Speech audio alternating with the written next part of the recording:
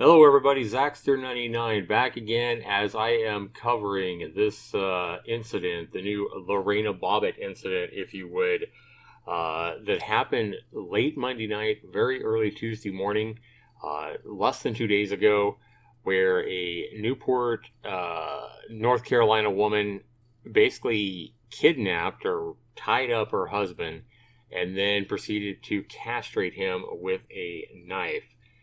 So she went to court this morning. So this happened early Tuesday morning, Wednesday morning. She's already in court, pleading her case and being told, if she's found guilty, what the sentence will be.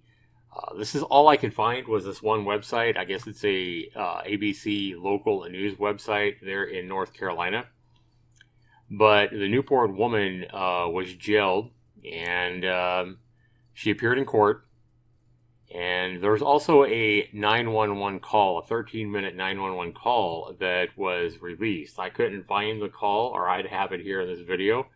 But, here's the court video. It looks like she's in court this morning. And, we already know that she pulled out a knife and cut off his penis after tying him up. They were able to recover the body part. Still unknown as of this morning is the victim. 61-year-old husband, James Frabutt. His condition and whether the appendage could be reattached is still unknown at this time. She's charged with malicious castration and kidnapping and being held in the Carteret County Jail. In court, Judge Dave McFadden read Victoria Frabutt the charges she faces and also explained the punishment she could face if convicted, which it doesn't say what that is. However, this website here, this News Channel 12, obtained the audio of a more than 13-minute 911 call made right after the incident, which appears to show that Victoria Frabutt injured her husband with a landscaping tool. On the outside of the call, the woman on the phone, who never provided her name, but it's obviously her, tells the dispatcher that someone at her home needs spiritual assistance before confirming that there's physical pain. She struggles to provide her phone number before the dispatcher asks her for her name. And she says, I was told I was the sword and the light, but that's not working out so good. The woman was asked what caused the victim's physical pain. And so she responds, that would be part of the message for sinning against God and fornication. Oh my God. So we can already see that on the call she made after basically slicing her husband's penis off, she is acting like this is like she's God or something. She is a religious freaking nut.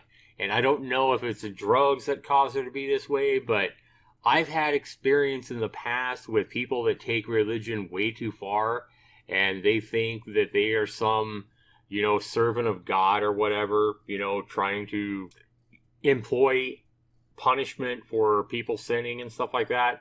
And it gets really, really scary.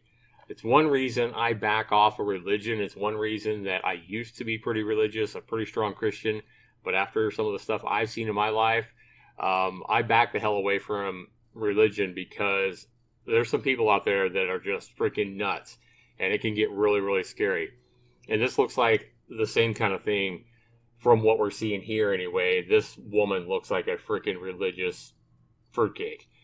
So the dispatcher here is just trying to get information so they can, figure out what happened and, what's going on, and they're obviously going to be sending out an ambulance right away.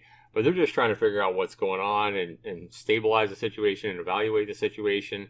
And she's just going on a freaking, religious rant. So anyway, the dispatcher asks if he was conscious and breathing.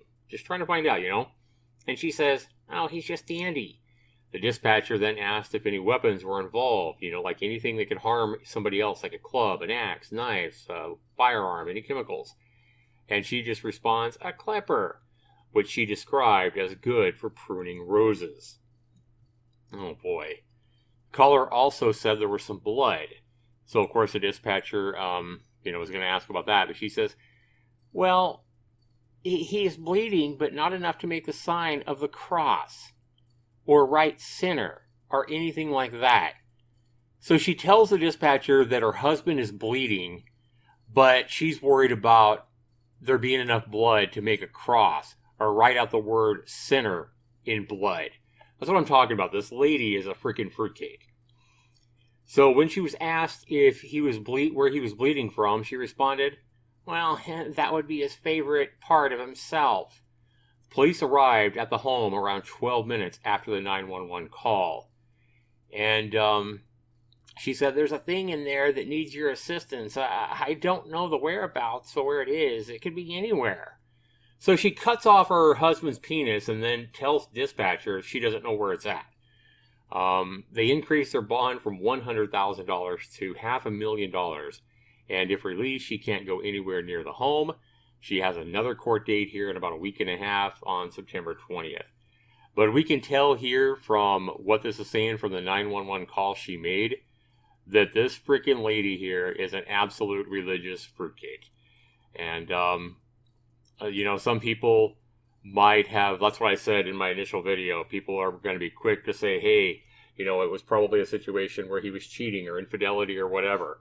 I'm starting to think less and less that it was an infidelity issue and just a psycho woman, you know, that thinks she's a servant of God or something. And she's, you know, making him pay for his sins, which could be anything.